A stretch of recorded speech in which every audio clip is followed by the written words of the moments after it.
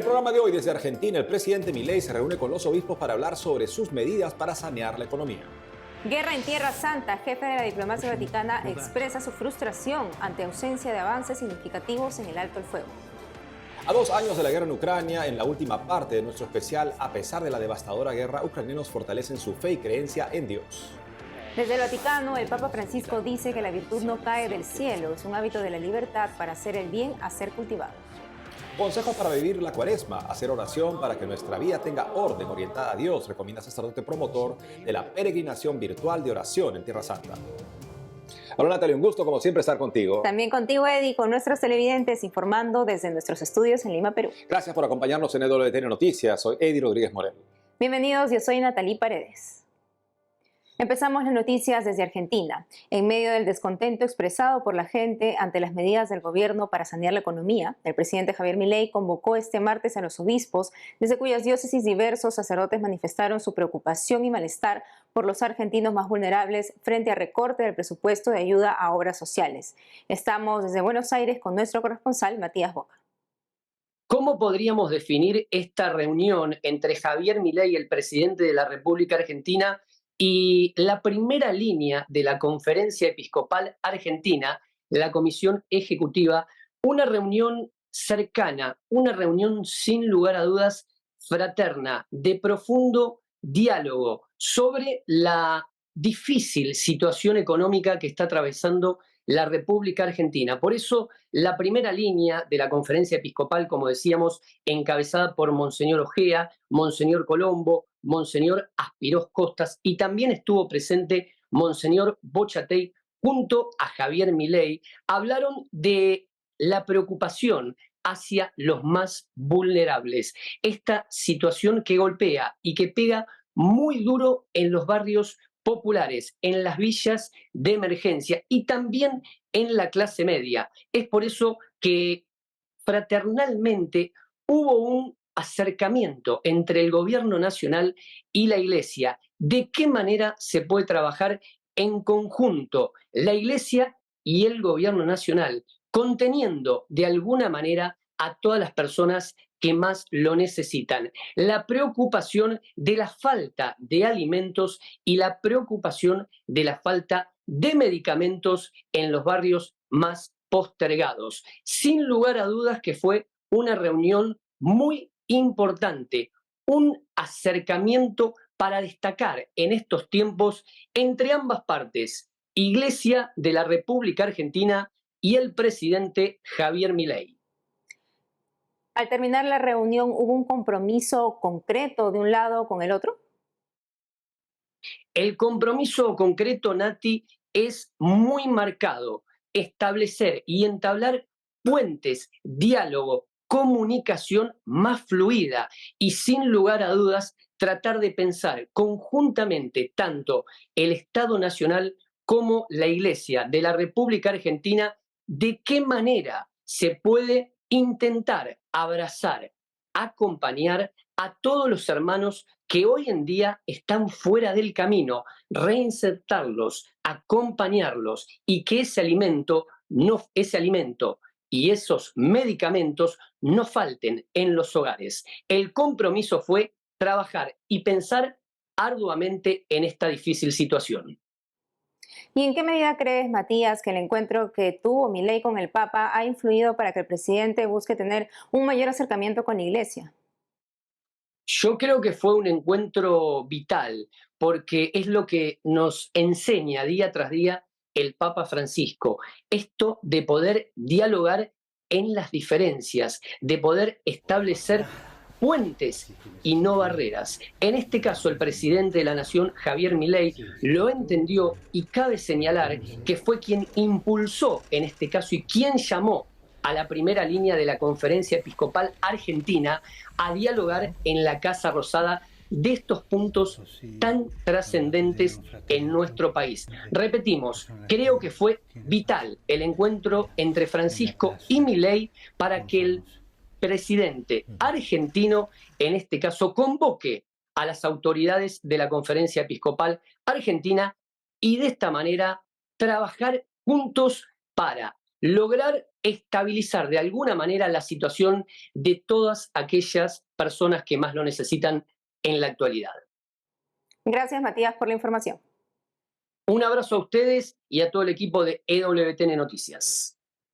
La guerra entre Israel y Hamás ya cumplió 5 meses. Lejos de llegar a una tregua, la fecha de conflicto se intensifica. Esta semana el gobierno israelí continúa con sus ataques en la franja de Gaza contra los terroristas de Hamás. ¿Cómo está la gente? Le contamos lo último de la guerra. Martes 12 de marzo, un barco de ayuda humanitaria cargado con unas 200 toneladas de alimentos zarpó el martes hacia Gaza en una prueba piloto para la apertura de un corredor marítimo hasta el territorio. Cientos de miles de personas están al borde de la hambruna 5 meses después del inicio de la guerra entre Israel y Hamás. Se espera que el barco de la ONG española Open Arms llegue a un punto no revelado de la costa de Gaza en 2 o 3 días.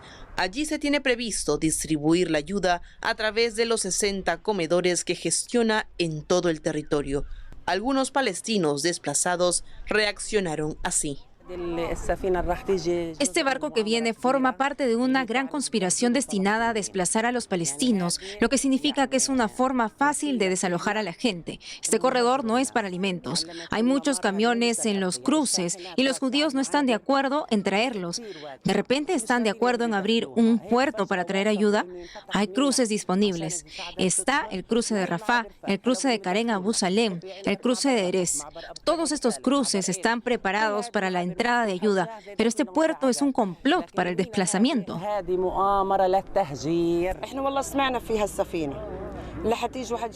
Estamos exigiendo, no queremos ayuda alimentaria ni ninguna otra cosa. ¿Quién quiere ayudarnos? Queremos volver a nuestras casas. Estamos cansados. Somos un pueblo muy cansado, más de lo que todos los países imaginan. Nadie se solidariza con nosotros. Exigimos que nos ayuden a volver al norte y que cese el fuego. Es suficiente.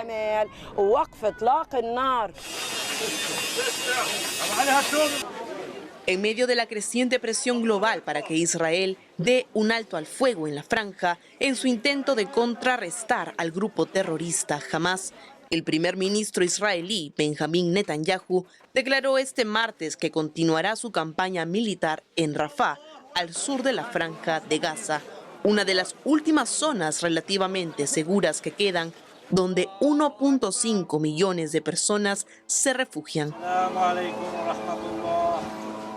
Netanyahu se comprometió a garantizar la seguridad de la población civil durante la ofensiva.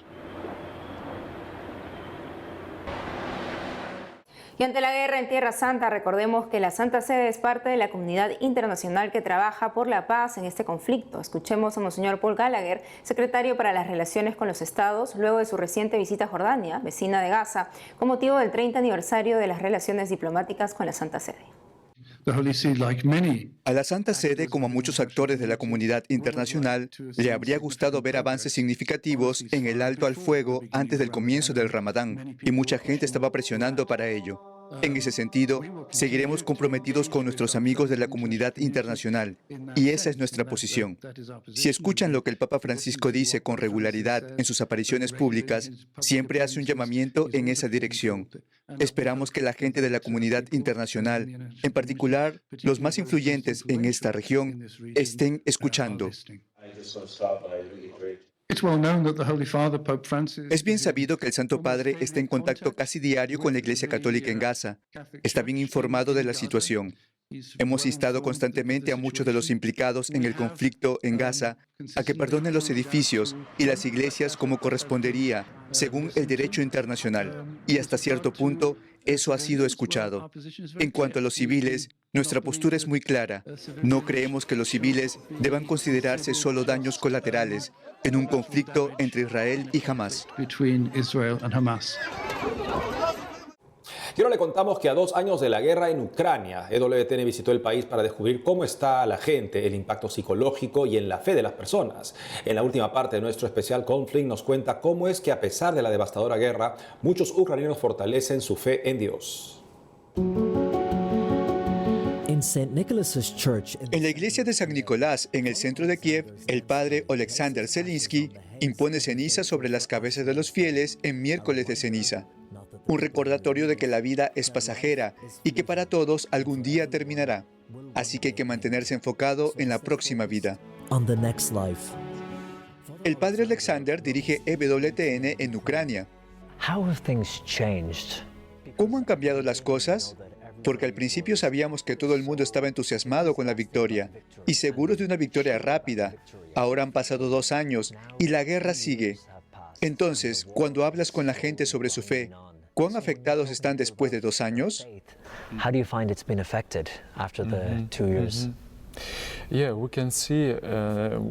Sí, podemos ver por un lado que la gente trata de tener una vida normal, pero del otro está lo que llevan dentro. Entonces, esto es como...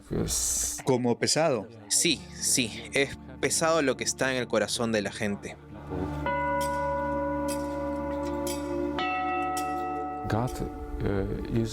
Dios está con nosotros. Él nos ayudará a reconstruir lo destruido.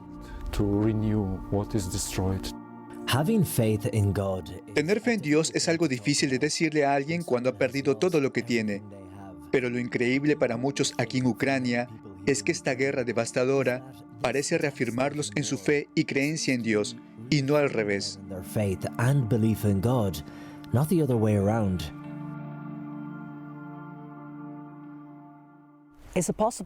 ¿Es posible tener fe en un momento como este? ¿O pierdes tu fe y esperanza en Dios?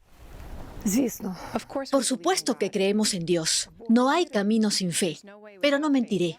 Hay momentos en los que realmente me desanimo. Cuando empieza el bombardeo me pongo muy nerviosa, especialmente por la noche. Mis padres ancianos viven conmigo.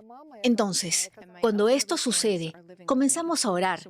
Nos sentamos alrededor y mi madre lee en voz alta las oraciones. Así es como pasamos el momento, cuando suenan las alarmas. Nos mantenemos unidos con Dios y con nuestros jóvenes soldados en el cielo. Y es el trabajo de personas como la hermana Victoria y de instituciones como la Orden de Malta los que muestran hasta qué punto un pequeño gesto puede tener un gran impacto. A estos niños se les muestra cómo pintar mariposas, que simbolizan libertad y belleza. ¿Qué estás pintando? ¿Qué es esto? Estoy pintando una mariposa. Será roja y hermosa. Es una mariposa de poder y fuerza. Poder. ¿Y por qué eso es importante? Porque si la atrapan puede morir. Pero esta es hermosa y escapará.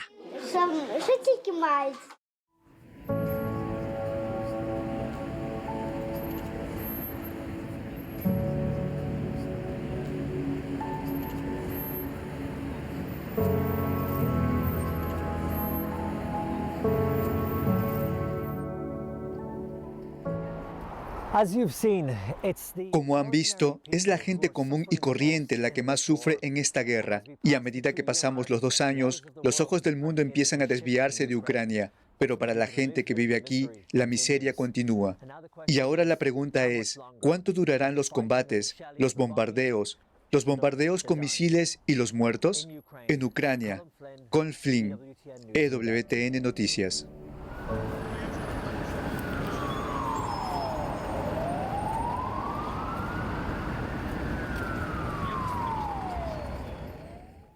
Y en Ecuador, tras la muerte en forma natural de la paciente terminal que obtuvo la despenalización de la eutanasia en su caso, la Defensoría del Pueblo se mantiene en su objetivo de convertir este veredicto en una ley.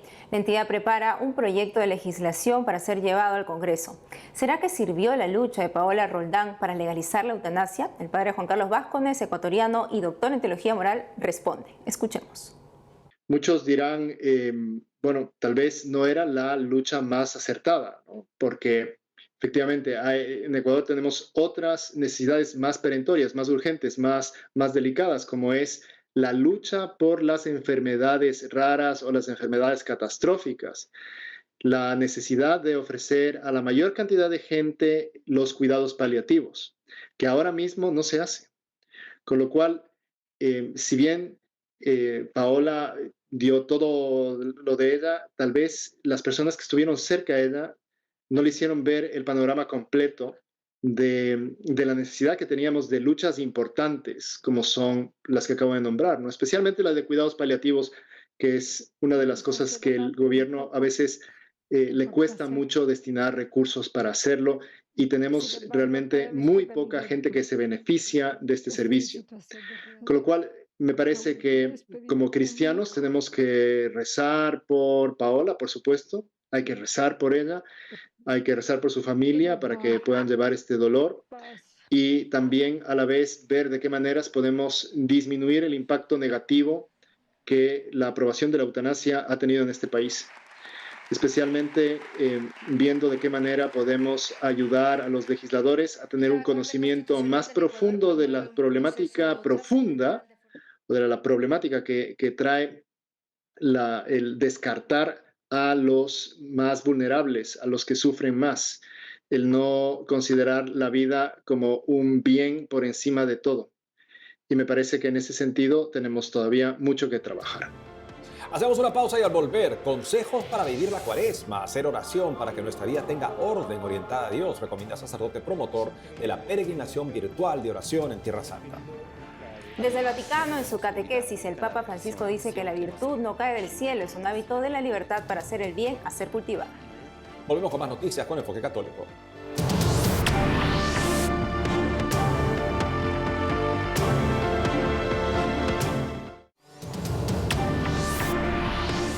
La oración es una de las columnas de la vida cristiana. Todo se debe fundamentar en una creciente entrega a Dios en la oración. Y estamos en tiempo de Cuaresma, donde la Iglesia nos indica que la oración es uno de los pilares también de esta práctica cuaresmal. Para hablar de la importancia de la oración, especialmente en estos días de Cuaresma, estamos con el Padre Juan Solana, él es director del Centro Magdala en Tierra Santa. Padre, bienvenido al programa. Muchas gracias, Eddie. Gracias por su invitación. Efectivamente, estamos en un tiempo fuerte de la vida cristiana, que es la Cuaresma, y la oración, el ayuno y la penitencia son parte importantísima de nuestro crecimiento en la vida espiritual. ¿Cómo mejorar la oración específicamente, Padre, en este tiempo de Cuaresma? Mira, Eddie, yo creo que la oración por sí misma se puede trabajar, se puede mejorar.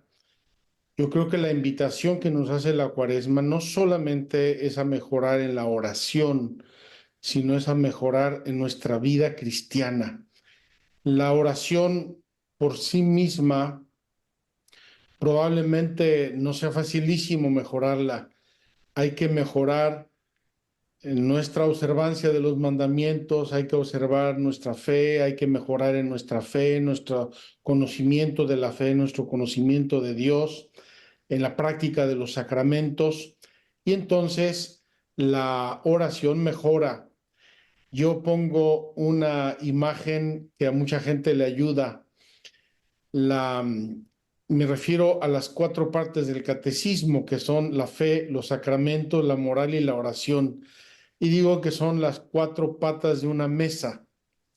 Si yo alargo solamente una de las 4 patas, la mesa queda coja.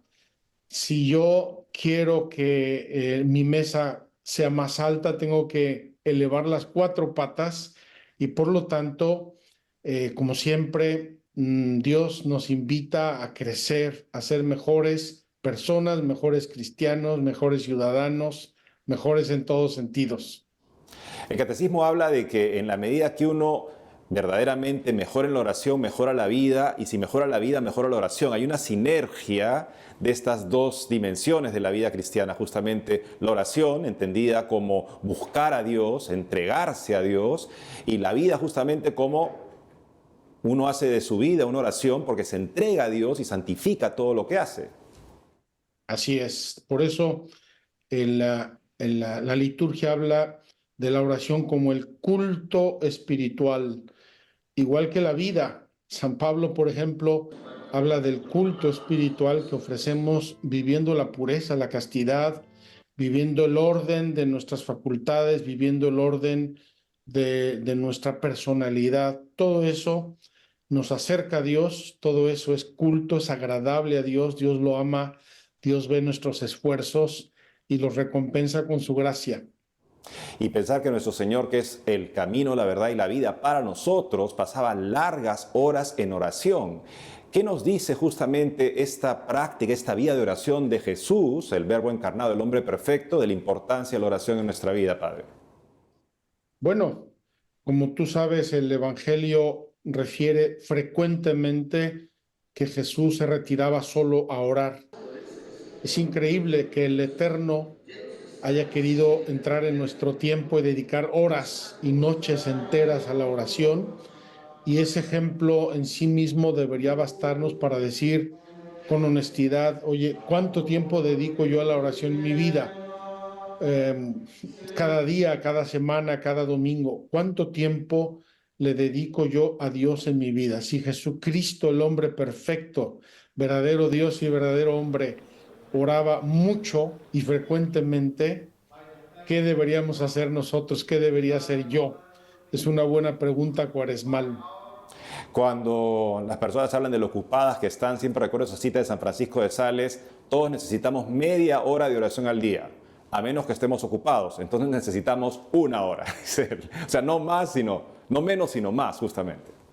Así es, entre más ocupados tenemos más necesidad de la gracia de Dios para que nuestra vida tenga orden, sobre todo ese orden profundo que es que esté todo orientado a Dios, orientado a la santidad, a la salvación, a la eternidad. Así es, Padre Juan Solana, muchas gracias por haber estado con nosotros hoy para recordarnos la importancia de la oración, especialmente en este tiempo de Cuaresma. Gracias, Eddie. Y ahora le contamos que una orden de sacerdotes argentinos lleva el Evangelio donde la Iglesia no ha ido antes. Se trata de los curas de la Orden de San Elías, fundada en el 2015. Lleva como lema, por mi Dios pasaré un muro, cita del Salmo 17. El National Catholic Register de EWTN da cuenta de la obra fundada por los padres Federico Hayton y Javier Olivera. El padre Hayton dice que su mayor desafío sería evangelizar a los musulmanes en tierras musulmanas. El presbítero pasó cárcel por su actividad misionera. Su apostolado está recogido en el documental La Última Misión Malawi. En una entrevista días antes del estreno, contó a WTN Noticias sobre su mayor reto en una misión. Escuchemos. El mayor reto que se presenta es, a menudo es que muchos católicos no entienden lo que es la misión, entonces no hay estructura preparada para misionar. Esto es lo que suele suceder en general. Pero en el caso concreto de Malawi no pasó eso porque el obispo es un gran promotor de la misión a oyentes, por ende hubo otros obstáculos como la temporada de lluvias, o el idioma que es muy difícil, o la falta de educación de las personas, y que es una cultura completamente distinta a la nuestra, por ende, fue particularmente desafiante. Y además se suma el hecho de que en muchos de estos lugares no había ningún católico y nunca un sacerdote había llegado ahí en toda la historia. Entonces yo era el primer sacerdote en llegar a muchos de esos lugares y a celebrar la misa por primera vez en la historia. Digamos que eso era un poquito complicado. ¿Con cuántas personas va usted a la misión, padre? Es un número variable. A veces me acompañan sacerdotes, a veces me acompañan seminaristas, a veces postulantes, a veces laicos. Es lo que Dios manda. Generalmente somos un grupo de entre 5 y 10 personas. También a veces se suman misioneros nativos. ¿Y cómo hace que la gente persevere en la fe una vez que la misión termina? Bueno, es muy simple. El lugar del documental se llama Chisenga. Hoy en día eso es parroquia y hay un sacerdote nativo nombrado por el obispo que es el administrador parroquial de esa nueva parroquia. Por ende, nosotros ya no fuimos, pero hoy en día eso está siendo atendido por un administrador parroquial. Por ende, nuestra tarea es como un grupo comando, hacer operaciones especiales para abrir una brecha más allá de la frontera y plantar la iglesia católica donde la iglesia no existe. Después, el obispo local manda sacerdotes y catequistas para continuar para mantener eso y aumentarlo. Y es una alegría que la Iglesia Católica puede estar presente ahí. Padre, ¿qué hace falta para que más congregaciones lleven a Jesús hasta los lugares más remotos? Bueno, hace falta creer en el Evangelio. El Señor dice en Marcos 16:16, palabras muy duras, pero verdaderas, porque Dios no se equivoca.